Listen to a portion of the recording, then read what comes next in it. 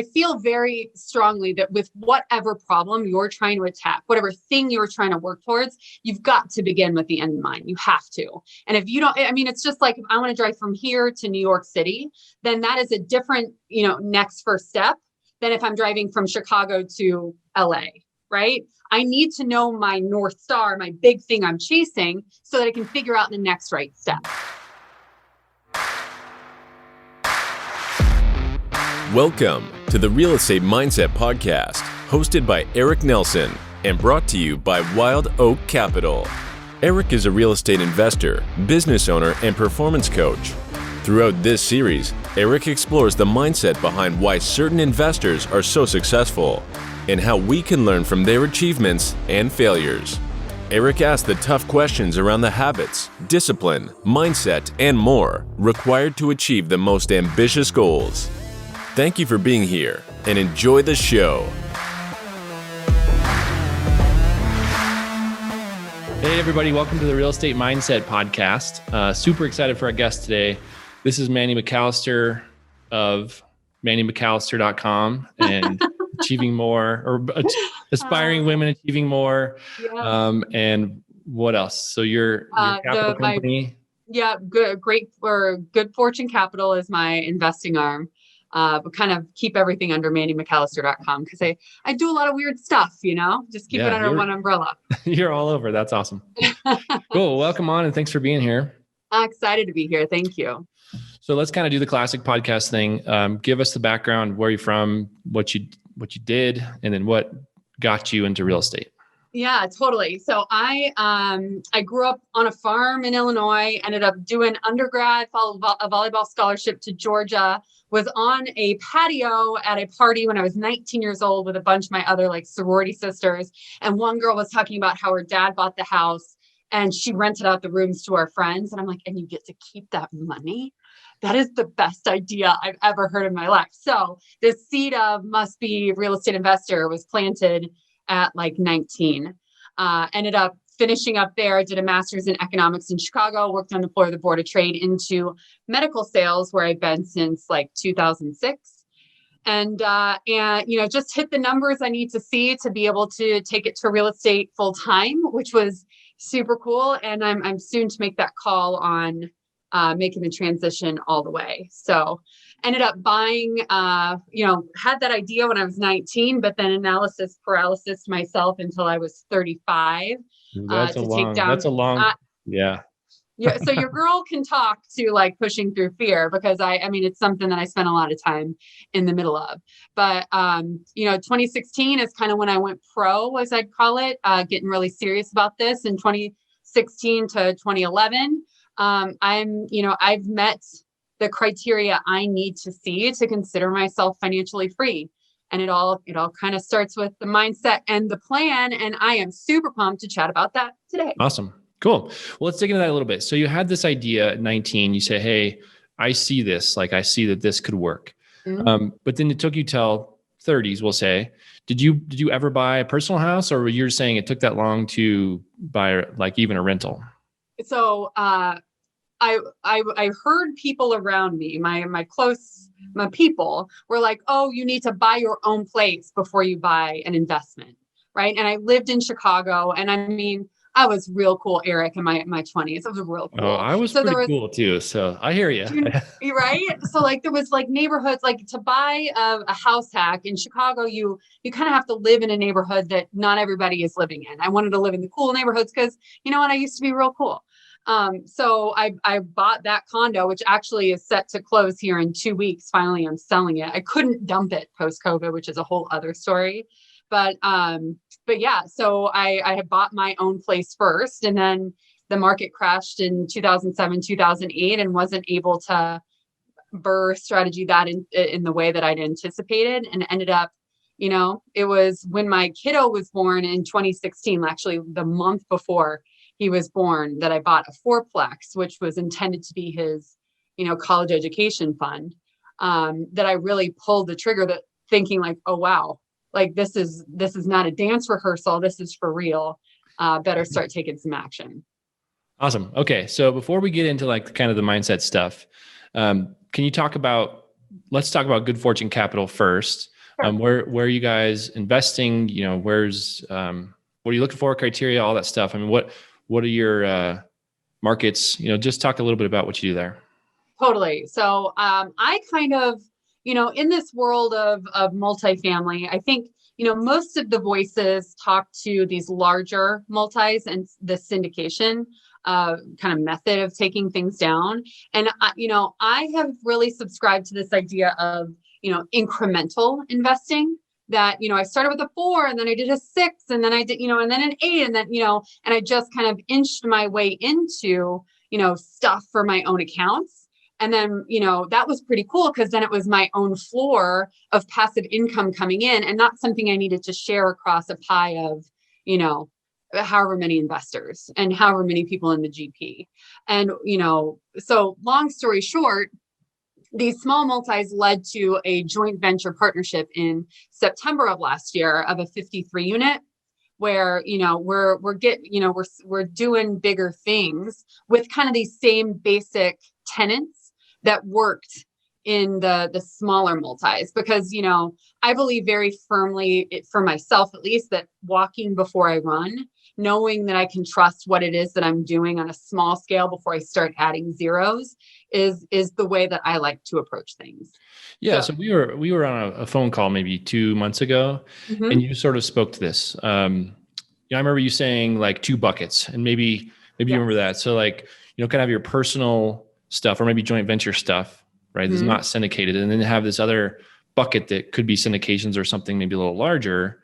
And it's funny because, I've talked to quite a few syndicators and they basically eventually sell off their personal stuff seemingly. Yeah. And I kind of agree with you. Like, I think that there's room for both buckets to have your own stuff with you, maybe joint venture like a partner or something. But then also have syndications on the side. I mean, do you still kind of subscribe to that? I think that there's absolutely a place for syndications. The thing is though, where we're at in the market cycle, I kind of have some opinions that are pushing me back to joint ventures or, more legacy type assets that are a harder sell to a lot of investors for a syndication type of setup. But, for me, the cool thing about this is there's a bazillion ways to skin a cat. And for me personally, in talking with a lot of my contemporaries coming up through this learning multifamily world, I would ask them, all right, rubber meeting the road. How do you know when it is time to leave your job? How do you know? Let's quantify this, because I did a master's in economics. I know that there's an equation to figure this stuff out, And so one of them said to me, super smart dude who's killing it. And he says to me, I have this, I'm going to do this acquisition fee, and then we're going to sell it in 3 years, we think, and I'll get that disposition fee. And then all I have to do is 3 deals a year, and then I'll be able to leave my job. And I'm thinking, you have to do 3 deals a year to be able to feed your family, and I, as a medical device sales rep, I know my energy showing up to a sales call is completely different if I'm hitting my number or not hitting my number. So if I have that desperation of must sell device, that I suck. I know that I suck. So one thing that I've done in these 2 buckets is I have this floor of earnings that exceeds what it costs me to live my life. So now I can go out and search for deals that I'm doing the deal because it's a great deal, right? I never have to be in a position to have to do a deal because I have to feed my kid, you know? So yeah, I love that. And so let's do a plug here. So you created a spreadsheet, right? A financially free spreadsheet. You shared with me, a couple months ago. Is that live? I mean, are you ready to share this? And then can you talk about it? You've seen success with people you sent it to? Oh, for sure. So, it's something I've had a chance to, kind of coach work with a couple of folks. And I feel very strongly that with whatever problem you're trying to attack, whatever thing you're trying to work towards, you've got to begin with the end in mind. You have to. And if you don't, it's just like, if I want to drive from here to New York City, then that is a different, next first step than if I'm driving from Chicago to LA, right? I need to know my North Star, my big thing I'm chasing, so that I can figure out the next right step, And for me, being kind of a Tony Robbins seminar junkie, I did, I read his, finance book, Money Master the Game, and did his wealth mastery seminar. And one primary idea that I kind of took from that book and that seminar was, there's differing levels of financial freedom. Like if my mortgage is covered and my like Maslow's hierarchy of needs, things are met in terms of just, living, that is a level of freedom that I get to make choices in my life in a way that I wouldn't if I had to go do a deal to feed my kid, And then there's the level that all of my bills and all of the fun stuff that I do in the travel, all of that is covered. And then there's that plus a buffer. And then there's, I buy the, Range Rover that I want to buy level of financial freedom. And I think they all have their merits. You know what you need to hit. It is a math equation at some point to know what level of cash flow you need to get you to those differing levels of financial freedom. So just knowing the target that you're aiming for is number one, everything looks less scary when you know exactly where you're going. And then number two, having different steps so that you can celebrate along the way is a really big deal. So actually one last point on this, knowing where you're going thing and quantifying a problem is a first step. So through Aspiring Women Achieving More, we do an accountability call. It's just a free thing we do every Friday over our lunch hour. And in it, we structure it such that, all right, we talk about what is your North Star, this big thing you're chasing. And then every week, everybody shows up and talks about what's your next right step. And then if you missed that next right step and you had a hurdle or you need an introduction or something, then we talk that through as a group. And one woman was like, well, I can't leave my job. I need my insurance, and I'm like, okay, no, I get it. Like I'm in the same boat, but have you priced it out? Like, do you know what insurance a month would cost you? And she's like, oh, I can't leave this 6-figure paying job because of insurance. And the next week she shows up, she's like, it was $400. Yeah, sometimes the hurdle isn't as big as you think. Yeah. Right. Well, but if you let your brain go crazy at dreaming up what the problem must be, then it's a very different problem than if you actually quantify it. So figure out what the problem is, the destination, your North Star, exactly where you're going. And then it's easy to work backwards. Cool. So yeah, let's kind of dive into this further because we're talking about financial freedom. And so we were talking about kind of that being a North Star, just in this context. But that's what you're saying is 100% true of basically all of your goals, right? Yeah. So, Yeah. so this can apply to basically anything. So let's say you had a goal of, whatever, right? Just even completely retire, not even financially free. Let's say you want to do X. It doesn't matter. Start with the end in mind and work backwards. Super, super powerful. So I've heard you talk about this before, so I'm going to let you roll with it. But am I right? I mean, this kind of can apply to any goal in any part of life. 100%. And there's another woman part of our group that we are largely real estate investors, the women of Aspiring Women Achieving More. But the reason we're there is for this whole life balance. Like I firmly believe, I love real estate. I get so excited about the creativity and the power and the freedom that it can create. But, the reason I love it is more that it's a means to an end of living this big, full, squeeze the juice out of life that, anyway. So one woman decided in that group that her North Star that she was chasing was to become more healthy. And in literally next right step every single week for 4 weeks. In 4 weeks, she lost 17 pounds. So it's awesome. It's exactly the same thing in any problem you're trying to solve. It's just know where you're going, figure out the next thing that you can pay attention to, do that really well, and then show up and then figure out the next step. So I find accountability, I have been part of coaching and it's changed my life. Do not get me wrong. But I think that the biggest part of that has changed my life is accountability. So if you're somebody who's listening who can't afford a $20,000 coaching program or something, find an accountability buddy. And it doesn't matter who, they can be across the country, things like that. And just show up for yourself and your partnership. And you'll get a lot more done than you think.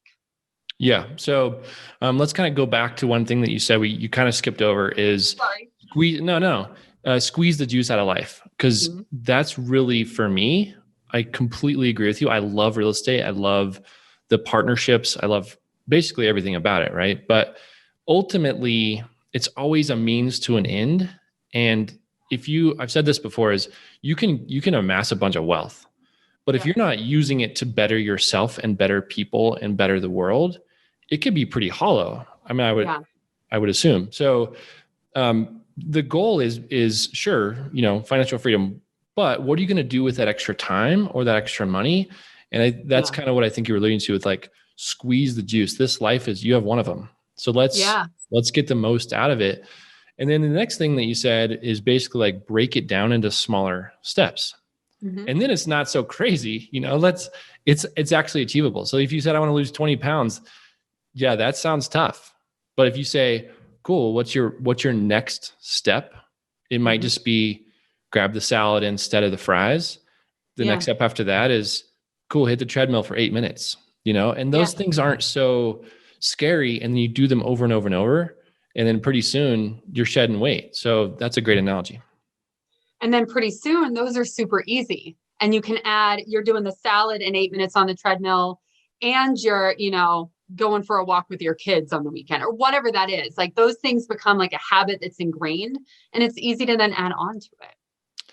Awesome.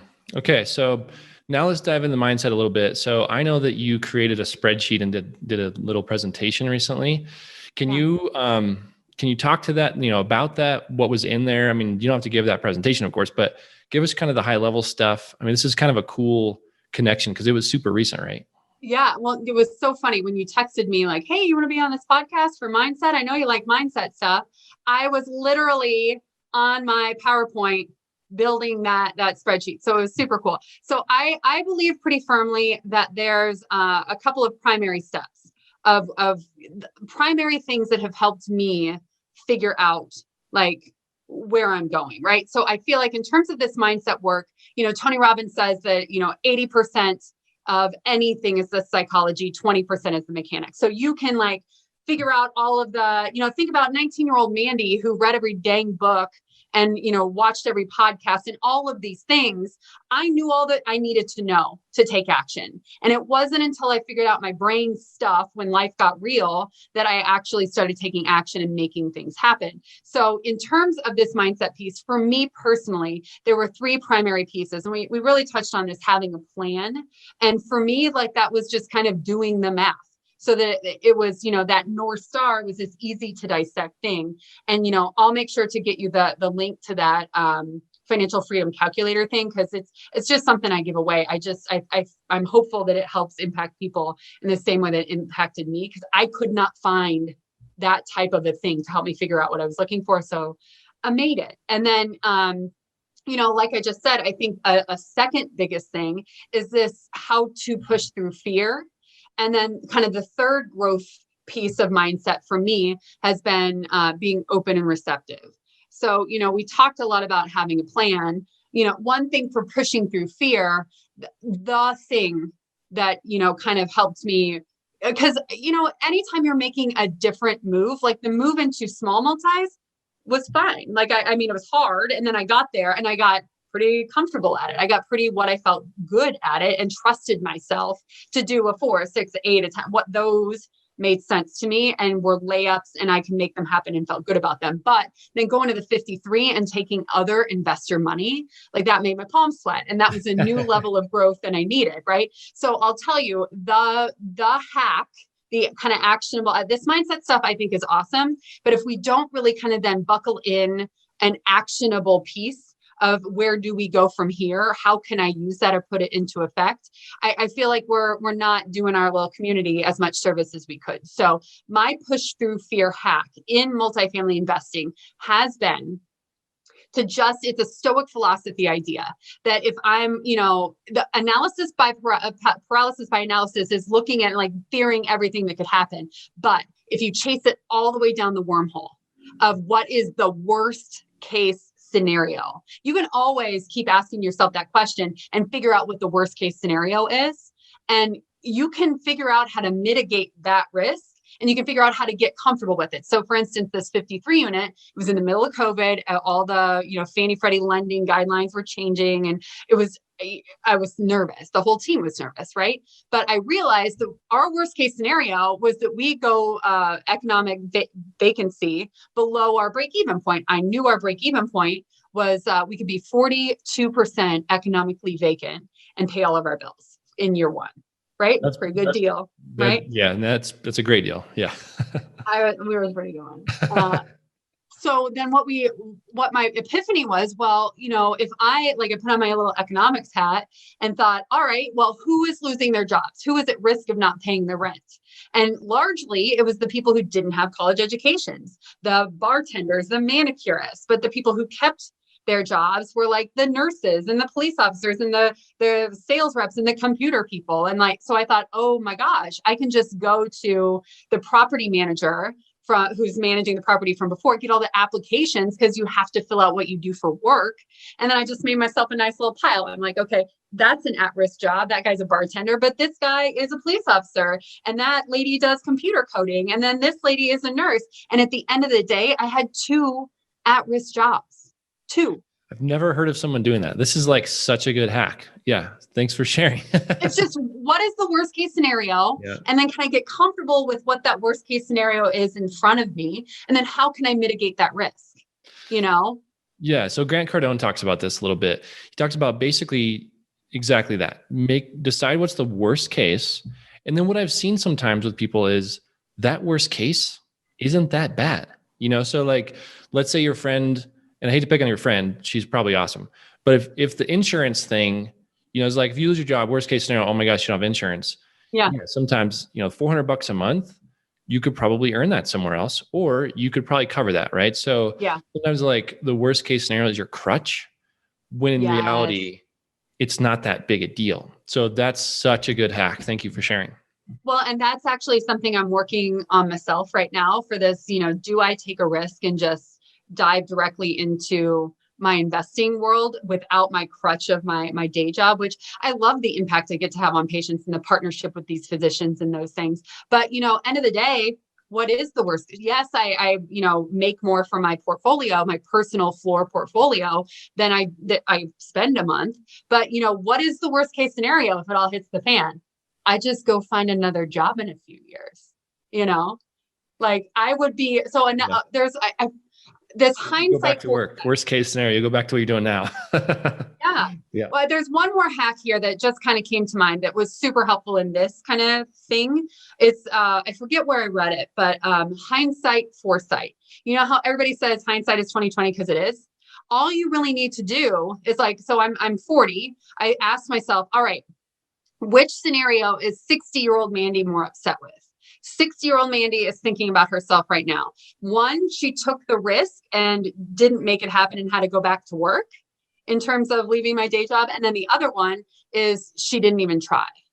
Well, it's pretty clear when you're thinking through this hindsight, foresight idea. Yeah, that's probably a good hack for more than just your professional world too. So that's awesome. Cool. So before we move on, is there anything else that you want to say about that recent presentation? So it's through REI Rocks. So Angel Williams runs that. She's kind of the only woman in the space running a summit.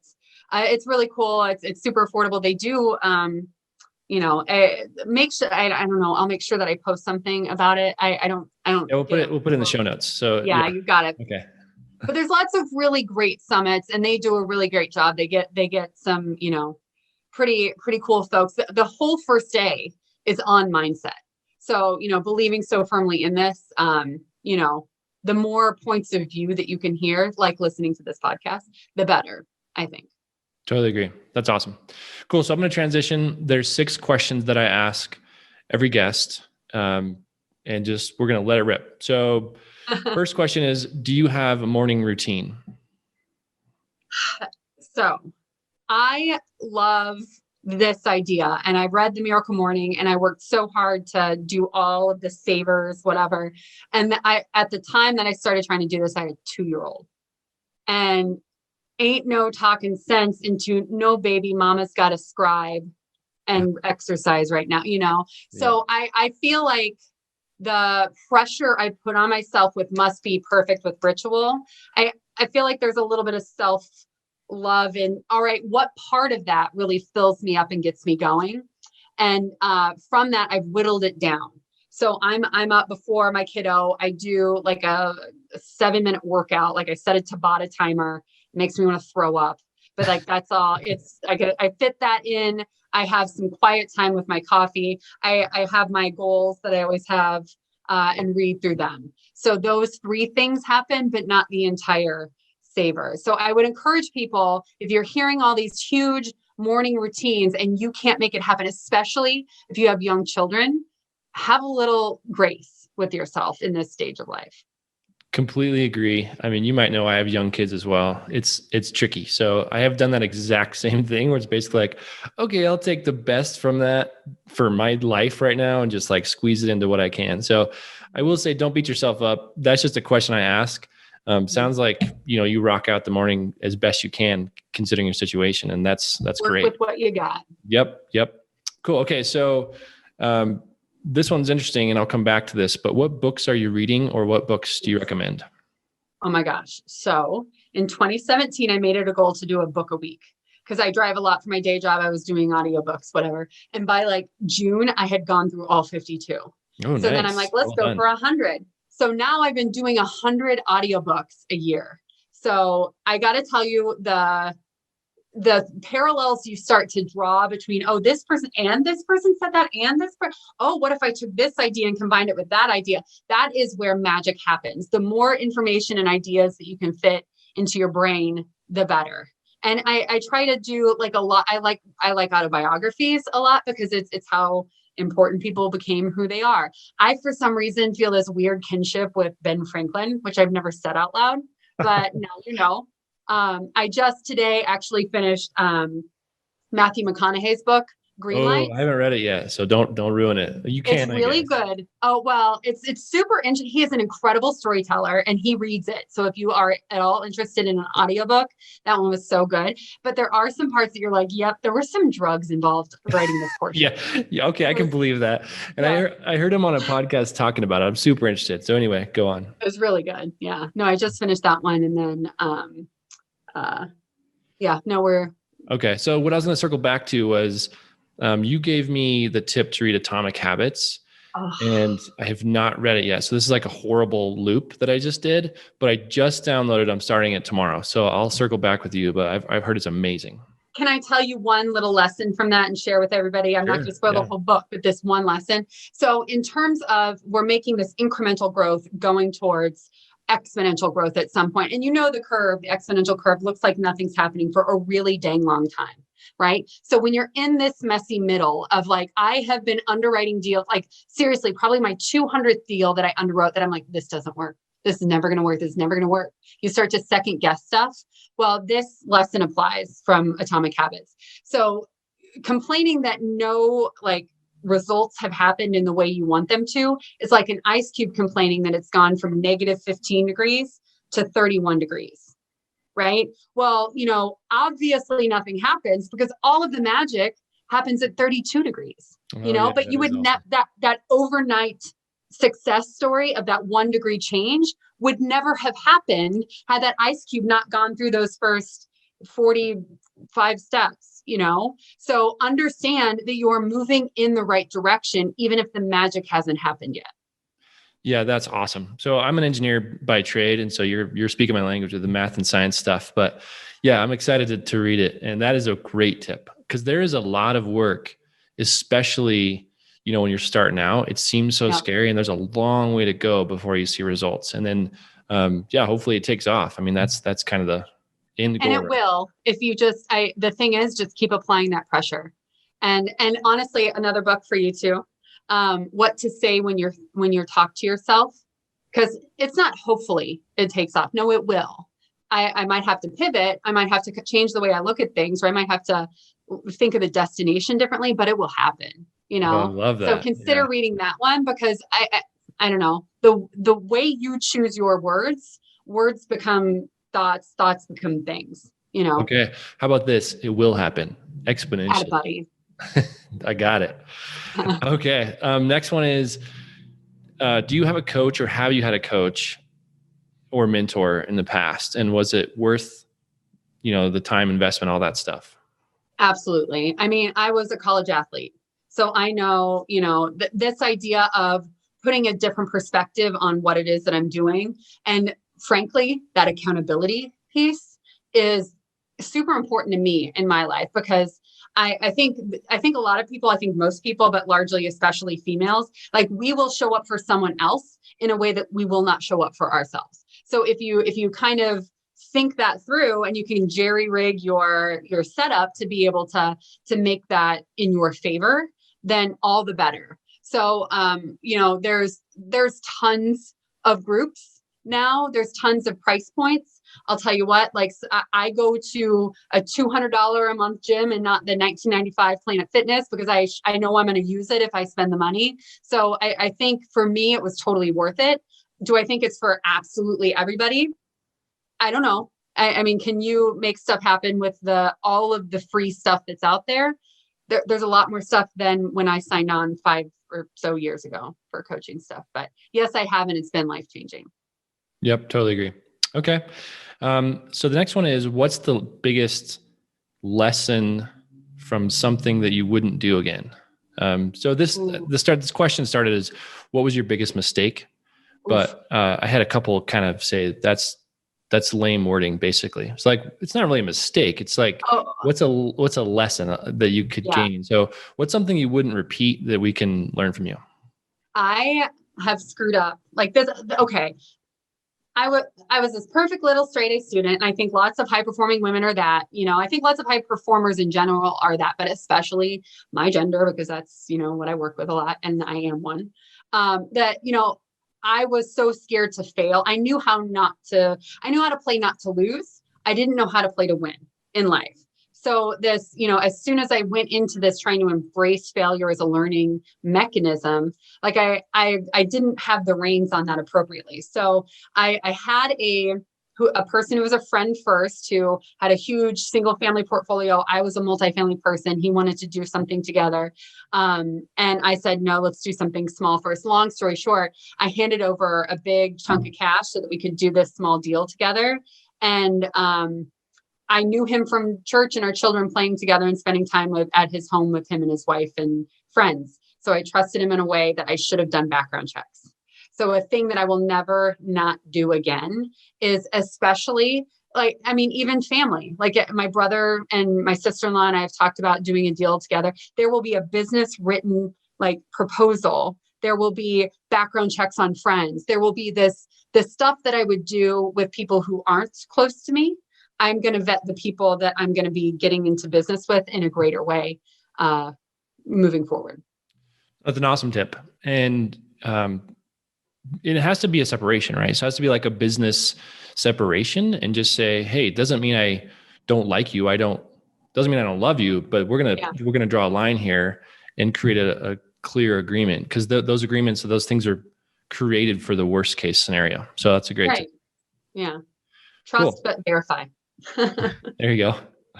Okay. We kind of did this a bunch, but the next question is, what's a mindset tip that you can give someone who's kind of starting out? So again, this comes back to what you're saying is like an actionable item. So we've given several. So if you're tapped out, that's cool. But do you have one that's for someone starting out? The ideal formula is figure out what your North Star is. Figure out what that thing you're running towards is. If it's a life of, I want to be able to drop everything and go to Tahiti in a moment's notice, understand what that is and price it out so you can back into it. So figure out the North Star, whatever that is, and then figure out the next right step and keep showing up for that next right step. It's the analogy I use. It's like Google Maps. So if I'm going to punch in my North Star of going to New York City, then it's going to route me where it thinks I should go. But if there's a huge crash in Ohio, then I'm going to pivot and I'm going to route around it. So know the North Star and figure out the next right step and be nimble of how you're going to get to that North Star. So and Google Maps is the perfect analogy, because you punch the button and it says go 300 feet and turn right. Yeah. That's your next step, even though you're going to New York. It's like such a good analogy. All you got to figure out is the 300 feet, and then you'll know what you got to do next. Turn right. And if you miss it, that's okay. Google Maps will show you that you messed up. Who cares? Next. It might be a little snarky and say we're calculating, but it'll fix it. It'll judge you a little. Like, okay, you missed that one pretty bad. That's awesome. Okay, so let's do a little plug here again. So Aspiring Women Achieving More. Can you talk a little bit about that? Yeah. Why you started it, the whole kind of little bit of background there. So it's all kind of born of, there's not a tremendous number of women in commercial real estate investing. And, when I started kind of coming up through this, coaching stuff, it was me and like 3 other girls I knew in the group. And we were talking about how we're showing up with these, we had these high performance calls, and in it, we were talking about masculine energy, feminine energy. And, we show up as like these doers. Get out of the way. I got this. That is an inherently masculine energy. And to, how you then show up in the rest of your life. I mean, it would have pissed me off 5 years ago to hear myself say this now, but like, there's a ton of benefit in remembering there's a ton of benefit to feminine energy, right? So a couple of us started a book club of walking that through, listening to some experts talk on, how to balance the masculine and feminine in business and in life. And that book club, we're like, there's something here. This whole life focus, this, real estate as a means to an end for a full balanced life, and remembering that we're girls in the process. There's something here. So, we started this Aspiring Women Achieving More community on Facebook. And in, I don't know, we're probably 13 months or something now, we're at 2,200 people. And we're trying to figure out how to, serve the group as best as possible. But there's, we do accountability for people who want to show up for themselves and for the group. We do book club, where we kind of revisit what it is, the type of thing, how we started. And, it's just a place for women to clap loudly for each other and our successes, and, really lift each other up, because, there's more than one woman at the table now. So we don't have to be snarky, mean girl to her anymore. There's more seats at the table. Let's wing girl each other so we can make big stuff happen together. So awesome. Good for you. What cool results, and like, what a good community. So, and I assume that's on your website as well. People can go there, mandymcallister.com. Yeah. Okay, cool. And then I have one kind of more 2-part question before I let you go. I'll just do them separately. How do you define success? Having the greatest impact on as many lives as possible in the most positive way I can. Oh, so good. You win the answer. Well, because at the end of the day, it's just, these relationships that we create.